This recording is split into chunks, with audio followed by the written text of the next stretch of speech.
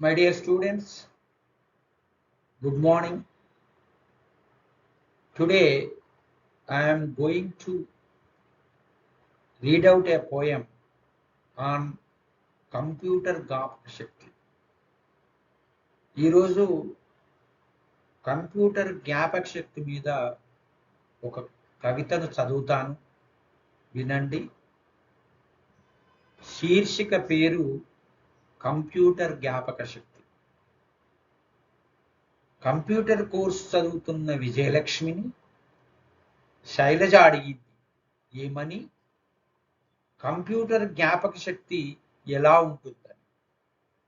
Computer భాష అంతా 0, 1తోనే నిక్షిప్తమై ఉంటుందని, దాని జ్ఞాపక శక్తి అలానే కొనసాగుతుందని, అదే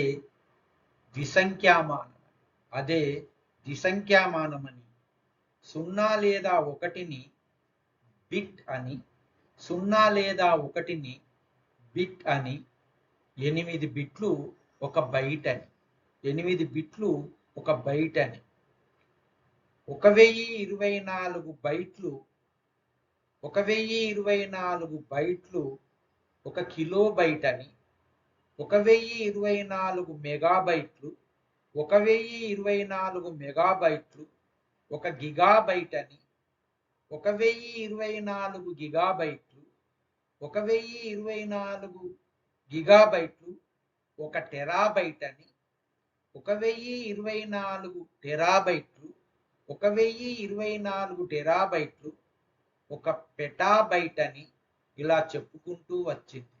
వామ్మో, ఎంతైనా కంప్యూటర్ శక్తిని మాటల్లో వర్ణించలేమని, అందుకే అన్ని రంగాల్లో దినదినం తన తేజస్సును వెదజల్లుతూనే ఉందని, ఏమైనా మానవ శ్రమలో నుండి జ్ఞాపకశక్తి, ప్రశ్నల పొత్తిళ్లలో నుండే సైన్స్ ఆవిర్భవించిందని శైలజ వ్యాఖ్యానించింది.